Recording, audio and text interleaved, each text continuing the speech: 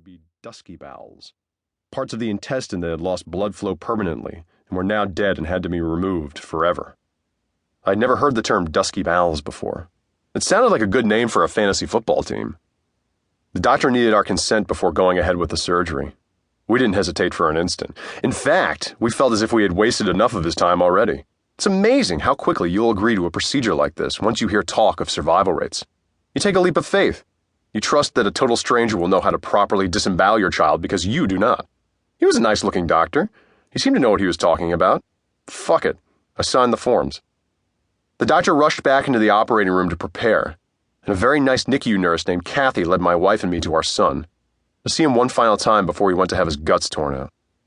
They had knocked him out with an anesthetic, so he was sleeping peacefully by the time we got there. He was in an isolate and had wires running from his mouth, chest, stomach, and foot. He looked like an IED. He was surrounded by a phalanx of adults who were all determined to prevent his death because the death of a child is the saddest thing in the world.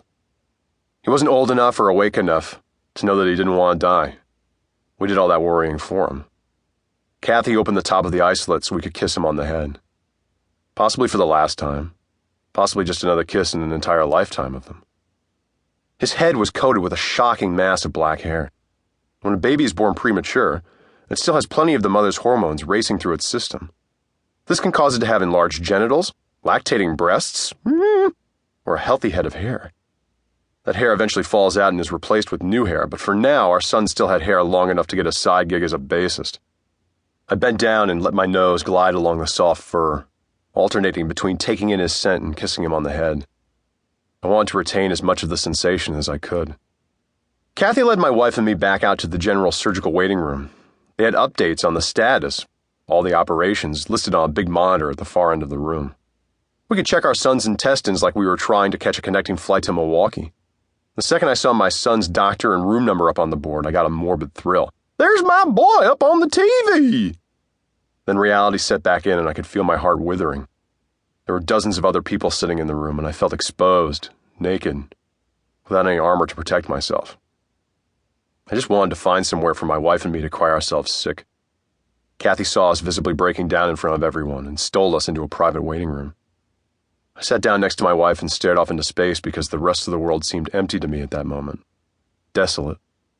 We took turns telling each other it was going to be okay because it helps in times of grief when someone you love tells you everything's going to be all right, even when you suspect it's a lie. All I could think about was my son dying.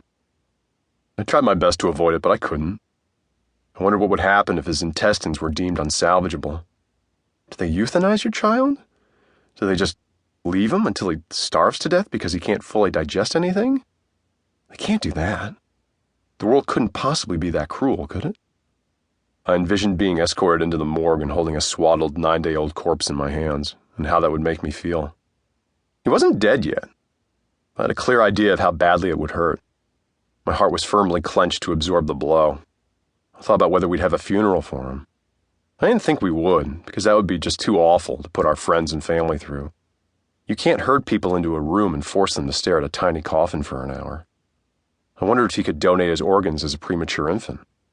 I wondered if we would bury him or cremate him, and where we might scatter his ashes. Maybe the Atlantic Ocean. He might like that. Maybe we would get a dog if he passed away. A little dog named Otis or Kirby that would bark and yip and shit all over the place and help us forget about this. That might help. Maybe nothing would help.